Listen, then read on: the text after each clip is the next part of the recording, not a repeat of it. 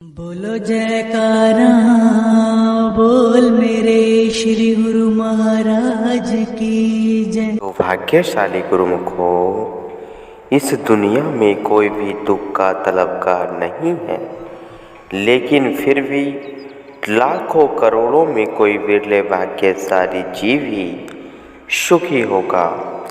निर्धन धन के अभाव में दुखी है तो धनवान धन की सुरक्षा के लिए परेशान है। किसी को संतान न होने का दुख है तो कोई संतान से दुखी है। भाव पर यही है कि प्रति एक इंसान किसी न किसी प्रकार की दुविधा में फंसा हुआ है। दुखी व परेशान ही दिखाई देता है, फिर सुखी कौन है? संतों की वाणियाँ इसका स्पष्टीकरण करते हुए वर्णन करती हैं। इस जगत में कौन सुखी है वह कौन दुखी है, संतों ने इसका निर्णय देकर फरमा दिया कि गुरुमुख अर्थात जो गुरु की आज्ञा को शीश पर धारण करता है, इस संसार में केवल वही सुखी है। जिसके विपरीत जो जीव मन के कहने पर चलता है, संसार में उसके अतिरिक्त कोई दुखी नहीं हो सकता। सुख सद्गुरु शरण में जाने से ही प्राप्त होता है। अगर दुनियावी पदार्थों में सच्चा सुख होता तो 10 लाख वाले के पास 1 लाख से 10 गुना सुख अधिक होता, परंतु ऐसा बिल्कुल नहीं है। अपितु परिणाम इसके विपरीत देखने को मिलते हैं। जिसके पास जितना अधिक धन है वह उतना अधिक अशांत दिखाई देता है। कारण यही है कि इस दुनियावी वस्तुओं में सुख लेश मात्र को भी नहीं है। संतों की वाणियाँ कहती हैं, हरि का नाम जपत होय सुखिया। सारी सृष्टि के राजा के पास भला किस शारीरिक सुख सुविधा की कमी हो सकती है, लेकिन संतों ने उसे भी दुखी ही बतलाया, क्योंकि वह सच्चे नाम की दौलत से वंचित है। जिसके पास प्रभु नाम की संपदा है, वास्तव में वही जीव ही संसार में सुखी है। संसार जिन वस्तुओं में सुख की तलाश करता है, वास्तव में वह मार्ग उसे सुखों से कोसों दूर ले जाता है। परिणाम स्वरूप मनुष्य दुखों वह कष्टों में घिरकर सुख का सांस तक लेना भूल जाता है। जिस प्रकार कोई आदमी दिल्ली का टिकट लेकर बम्बई की ओर जाने वाली गाड़ी में चढ़ जाए तो उसका क्या हाल होगा। अपने गंतव्य स्थान से कोसों दूर होता चला जाएगा और गलत टिकट लेने के अपराध में सजा भी भुगतनी पड़ेगी। गाड़ी में बैठा भी और गाड़ी चल भी रही है, किंतु फिर भी पल पल में अपनी मंजिल से दूर होता चला जाएगा। ऐसे ही सुरती रूपी गाड़ी चल रही है। जो इस पर नाम की टिकट लेकर सवार होते हैं, वे तो अनायास ही सचखंड पहुँच जाते हैं, और जो जीव बिना नाम के टिकट के इस पर चढ़ने का प्रयत्न करते हैं, वे रास्ते में ही उतार लिए जाते हैं और उन्हें यमदूतों की यातनाओं का शिकार होना पड़ता है। संत सद्गुरु दयाल होकर जीव की सुरती के रुख को मनमति से हटाकर शब्द की डोरी पर चढ़ाकर सचखंड की ओर खींचते हैं। भाग्यशाली रूहें जिनके पास नाम की टिकट होती है, सद्गुरु के सानिध्य पाकर आँखों के ऊपर निज देश में पहुंचकर महा आनंद को प्राप्त करती है। उन्हें दूर दरगाह में भी सम्मान प्राप्त होता है।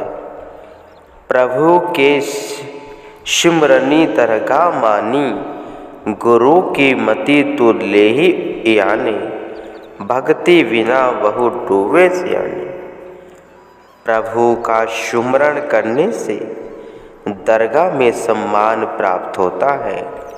सत्पुरुष कथन करते हैं कि हे प्राणी, तू मनमति को त्याग कर गुरुमति ग्रहण कर, क्योंकि मन की चतुराई में फंसकर कई बुद्धिमान व्यक्तियों ने अपने जीवन को तबाह कर डाला।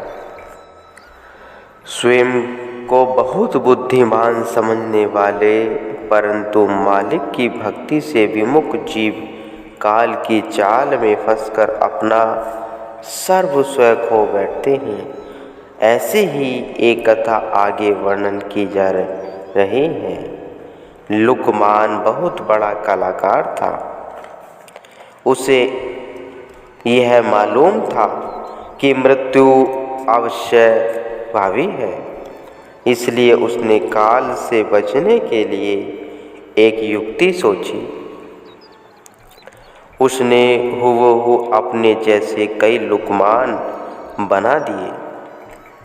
दूत जब उसे लेने आए, वहाँ एक जैसे ही कई लुकमान देखकर दंग रह गए।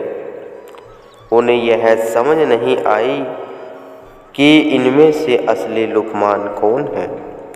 उन्होंने वापस जाकर सब वृत्तांत धर्मराज जी को कह सुनाया। धर्मराज जी ने कहा, जब तक मनुष्य मनमति को त्याग कर गुरुमति धारण नहीं करता, तब तक उसके अहम भाव का नाश नहीं होता। अहम भाव वाला प्राणी दंड से कभी बच नहीं सकता। अवर कर तूती सगली जमू डाने, गोविंद भजन बिनु तिलु नहीं मानी।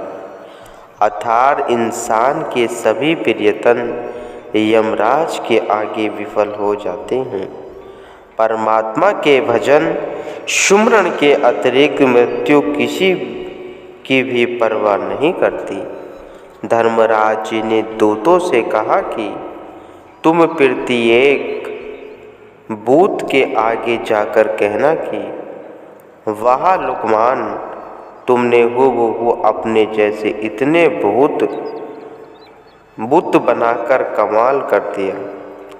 बस यदि तुम एक गलती न करते तो हम तुम्हें कभी भी पहचान न पाते। इतना कहने पर असली लुकमान अवश्य कहेगा कि मुझसे कौन सी गलती रह गई है।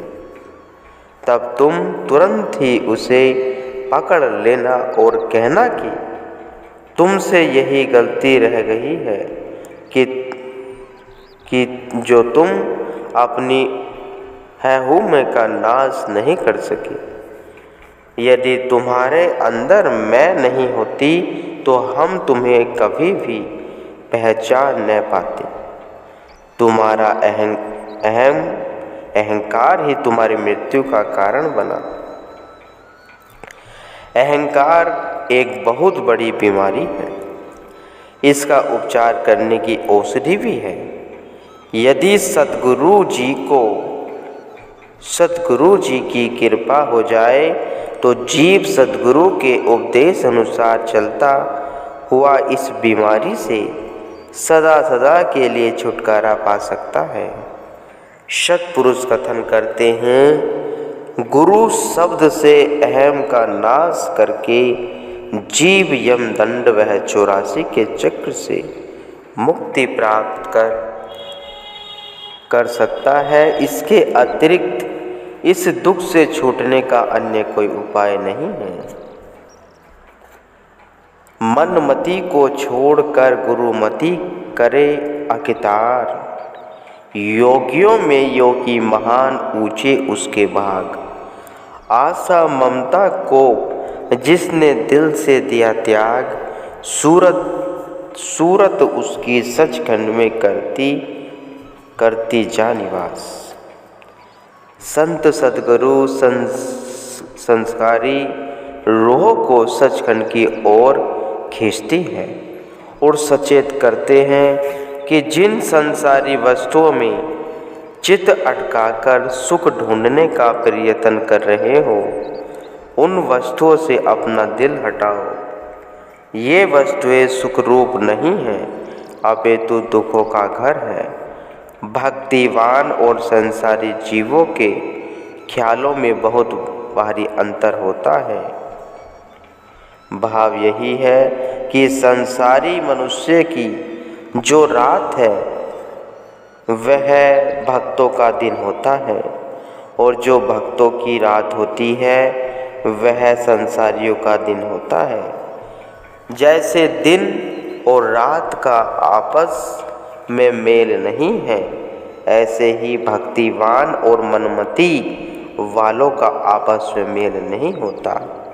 भक्तिवान व्यक्ति का जिस तरफ मुख होता है, मनमुखों की उस तरफ पीठ होती है, और जिधर भक्तिवान गुरुमुख की पीठ होती है, मनमुख का उधर मुंह होता है। एक लड़का स्कूल में देर से पहुंचा। अध्यापक ने उसे देर से आने का कारण पूछा।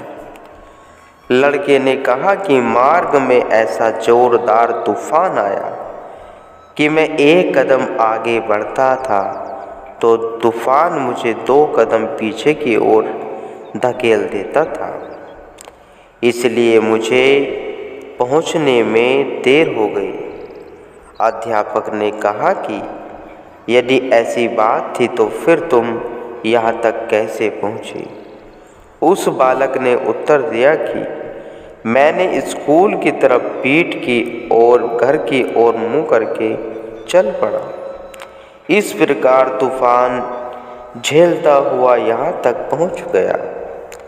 इसी प्रकार गुरुमुख भी अपने वास्तविक घर की ओर मुँह करते हैं और संसार की तरफ पीठ, फिर दुनियावी तूफान उनका कुछ भी बिगाड़ नहीं पाते और वे खुशी खुशी अपने घर पहुंच जाते हैं।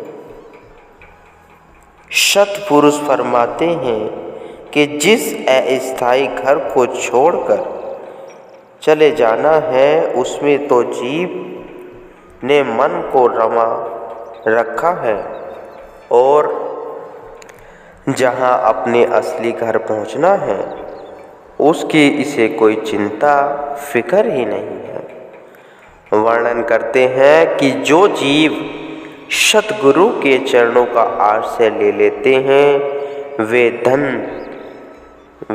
बंधन मुक्त होकर अपनी मंजिल तक पहुँच जाते हैं।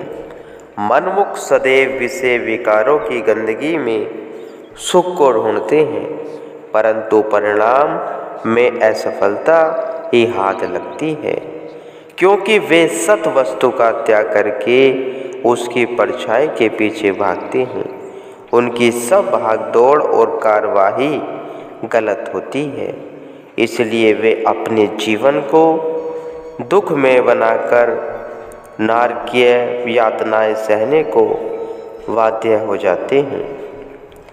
सत्पुरुष फरमाते हैं कि जो इंसान अपने मालिक से मिलने का पुरुषार्थ नहीं करता, उसके खाने पीने पहनने और शरीर के सब साज श्रृंगार और कुटुंब परिवार का धिक्कार है।